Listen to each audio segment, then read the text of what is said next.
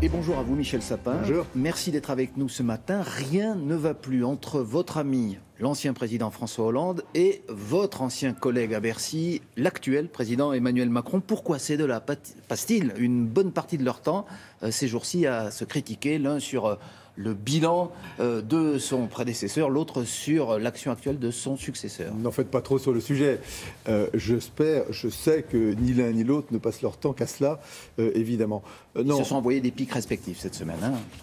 Il me paraît légitime, que le président de la République élu fasse la politique sur laquelle il a été élu. Il me paraît légitime que, de temps à autre, lorsqu'il pense que c'est l'intérêt de la France, ou l'intérêt de cette grande famille politique à laquelle il appartient, je parle de François Hollande, l'intérêt de la gauche, quand c'est l'intérêt de la France ou l'intérêt de la gauche, il s'exprime.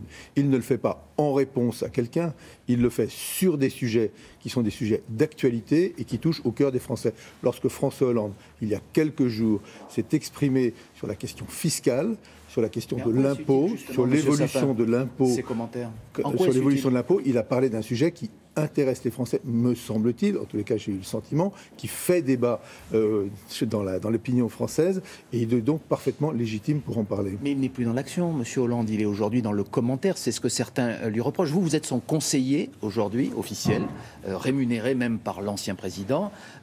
C'est quoi votre rôle auprès de lui? Vous lui conseillez de revenir en politique? Je ne comprends pas cette différence entre le commentaire et l'action. C'est un président de la République qui a été en action pendant 5 ans, dont toute la vie a été consacrée à la politique, dont tout l'engagement est consacré à la gauche, et s'il pense nécessaire de s'exprimer, il s'exprime. J'aimerais dire juste une chose, non pas à vous, mais à Emmanuel Macron et à ses supporters. Il faut accepter la contradiction politique. Il faut accepter le débat en politique. Et quand un ancien président de République s'exprime, il est non seulement honorable, il est légitime, il est respectable quand on peut ne pas être d'accord. Il n'y a pas de respect à l'égard de l'ancien président? Je pense qu'il faut de l'élégance en politique. Surtout quand, comme Emmanuel Macron, on doit beaucoup à son prédécesseur. Il faut de l'élégance en politique. Et ça manque un petit peu d'élégance aujourd'hui. Je me permets néanmoins de vous redemander s'il n'y a pas une finalité derrière les commentaires de François Hollande. Est-ce qu'il songe... Pourquoi finalement ne brise-t-il pas une sorte de tabou sur son retour à la politique? Est-ce qu'il ne veut pas tout simplement redevenir acteur plutôt que commentateur? Je vois bien, quand quelqu'un s'exprime, forcément, c'est pas sa pensée qu'on regarde, n'a-t-il pas une arrière-pensée? Derrière ce qu'il dit... Non mais s'exprimer pourquoi? En fait, c'est ça la question. S'exprimer parce qu'il y a un débat. S'exprimer parce qu'à gauche, peu ont la capacité aujourd'hui de s'exprimer. Non pas la capacité intellectuelle, mais la capacité médiatique de s'exprimer.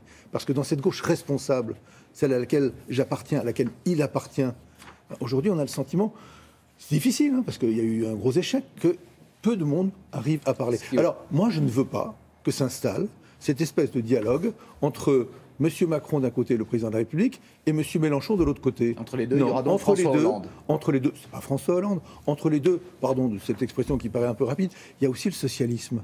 Il y a aussi le socialisme de la responsabilité, qui est incarné par beaucoup de gens, par des gens de talent, par une jeune génération, mais avant que la jeune génération elle-même ne soit ici en train de parler. Il faut que François Hollande fasse le travail. Il faut qu'un certain nombre de personnes, François Hollande avec bien sûr la modération et la rareté qui est nécessaire dans sa parole, mais d'autres, M. Cazeneuve, moi-même, nous parlions parce que nous avons cette légitimité compte tenu de ce que nous connaissons des choses publiques et de l'engagement qui est le nôtre à gauche. Alors on va parler du débat budgétaire. Les députés ont adopté hier soir la flat tax. On rappelle que c'est un prélèvement de 30% sur tous les revenus du capital et de l'épargne. Pourquoi la gauche y est-elle défavorable? Vous vous souvenez, il y a quelques années, on disait qu'il faut une grande réforme fiscale. Et parfois certains, je pense en frondeur, ont critiqué François Hollande en disant qu'il n'y a pas eu la grande réforme fiscale. La grande réforme fiscale a eu lieu. Elle s'énonçait très simplement. Il faut que les revenus du capital soient imposés comme les revenus du travail. Imposés comme les revenus du travail. Ça, c'est exactement l'inverse. C'est le retour en arrière. Aujourd'hui, si ces dispositions sont définitivement adoptées, le revenu du capital sera imposé au titre de l'IR à 12,8%. Le premier qui se met à payer de l'impôt en France, il est imposé à 14%.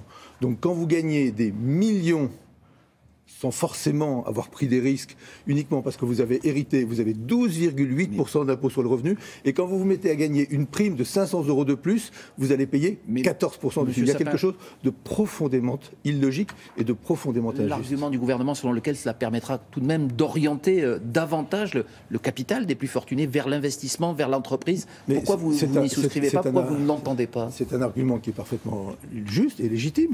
C'est d'ailleurs un argument qui a déjà été pris en compte. Il existe Lorsque vous avez fait le aujourd'hui, CICE, c'est un argument que vous employez. il existe bien des dispositifs, mais qui sont des dispositifs, on dit souvent dans ce cas-là, fléchés. C'est si vous investissez dans les PME, vous avez une exonération d'ISF. Aujourd'hui, si vous investissez à long terme, les revenus de ce long terme seront moins imposés que si ça ne se vous faites de la comme ça spéculation. avec la flat tax.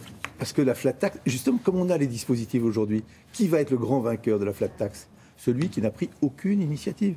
Celui qui donne son portefeuille à gérer un gestionnaire de fortune, c'est comme ça que ça s'appelle, et qui ne prendra aucun risque, et qui simplement, à la fin du mois, ou chaque année, va toucher des dividendes sur lesquels il va être imposé à 12,8%. Regardez votre feuille d'impôt de l'année dernière, vous verrez à quel taux vous êtes imposé. Je demande à tous les Français certains, lorsqu'ils parlent des feuilles d'impôt, constatent que sous le quinquennat de Hollande, ils ont énormément augmenté, année après année.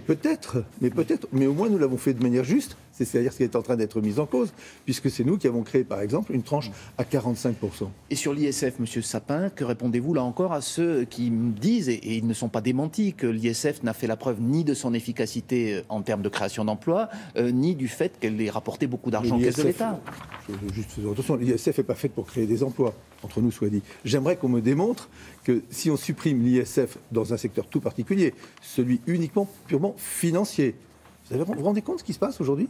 Il y a des bonnes fortunes, si je puis dire, c'est la fortune financière, et des mauvaises fortunes qui seraient la fortune immobilière. 10 000 personnes ont quitté la France à cause de l'ISF, c'est un argument que vous n'entendez pas. Non, il y en a 10 000 qui rentrent aussi le lendemain. Donc vous savez, tout ça, ça s'équilibre de manière. Et c'est pas pour ça, c'est pas cette raison-là qui fait que les gens partent à l'extérieur, c'est plutôt pour la transmission de leur patrimoine. Donc je dis aujourd'hui, pourquoi faire la différence entre la fortune des cadres moyens supérieurs qui est immobilière, celle-là elle continuera à être imposée, et la fortune des millionnaires qui n'ont rien fait que d'hériter et qui vont être exonérés de tout ISF. Il y a quelque chose de profondément choquant là aussi. Toute dernière question, Michel Sapin, sur un autre sujet. L'ancien ministre Pierre Joxe, et on l'entendait dans le journal, est accusé d'agression sexuelle, une agression qu'il nie catégoriquement. Néanmoins, est-ce qu'on est en train d'assister, dans le cadre de l'affaire Weinstein, à la levée d'une omerta sur le comportement qui régnerait dans une partie de la classe politique? Sur le point que vous abordez, je ne sais pas quelle est la vérité, et ce n'est pas ni vous ni moi qui la connaissons. Mais sur le contexte. Je veux dire les choses très simplement.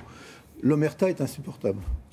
Que la parole des femmes qui se sont trouvées dans une situation parfois désagréable, parfois violente, se libère, c'est une très bonne chose. Vous-même, vous aviez regretté un geste déplacé. Oui, que l'omerta soit levée, tout ça, c'est une très bonne chose et il faut l'encourager. Et en même temps, mais chacun en est bien conscient, il faut éviter l'amalgame.